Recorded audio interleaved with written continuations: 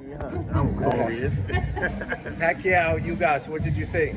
I think you guys fought the perfect fight. I thought he used his jab wonderfully and maintained his distance. And you know, a lot of times when Manny tried to start and get the little flurries, you guys did what a lot of people don't do. He finished it. You know, he didn't let Manny in with the flurry and get the last punch. You guys, most of the time, he started and he finished. You know, the transactions, you know, the combination. So I loved it, man. I thought he fought. I thought it was well deserved. After the fifth round, I believe, uh, I was talking to Skipper's help on phone, me and Skip. And I said, I got Ugas winning, man. He won in the fight. And this was after like the sixth round.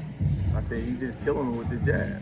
And me being a softball too, anytime you don't have a jab, and I say this against, you know, other fighters orthodox, if I take your jab away from you, you're never gonna beat me. All you're doing is throwing power shots. And that's what Pacquiao was left to doing, throwing, you know, straight lefts and hooks. Without a jab, it's hard to land those. And Ugas took his jab away from him, used his jab repeatedly. What a perfect fight, man. He kept his range, his distance, and when he got inside, he finished it and then got back on that jab.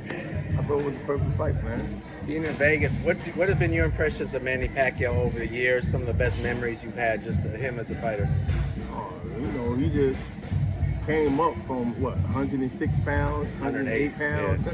You know, and just was a whirlwind at a time. You know, a lot of great moments, a lot of great, you know, memories here with the Marquez,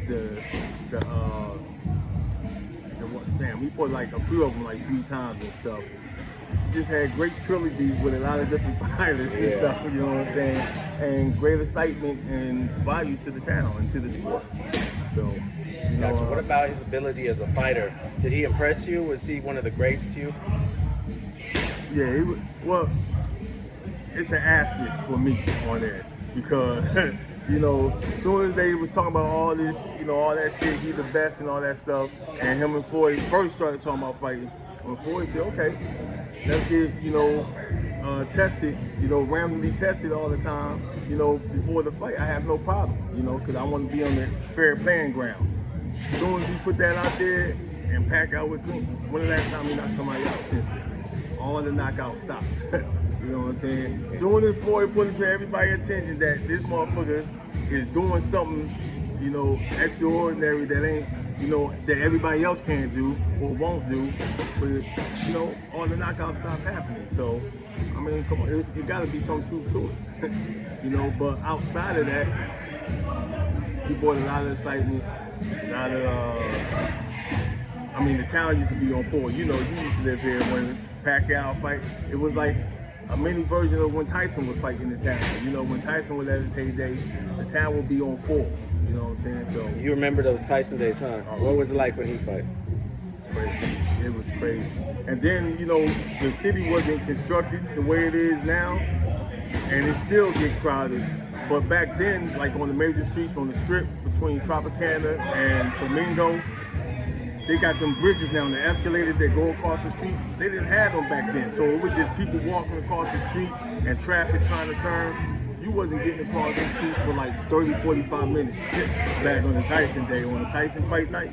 You know, it's weekend basically. You wasn't traveling. So, it's, you know, it's the end of the era. But giving Manny credit still, he looked good to me. I'm at, what is he, 42, 43 now? 4-2 now. He still looked good. He had bounce in his legs. I know he said his legs was gone and stuff, but sometimes you get old overnight. You know what I'm saying? And that happens. Gotcha. What about Ugas' future? Him and Earl Spence, him and Terrence Crawford. What do you think of the welterweights now?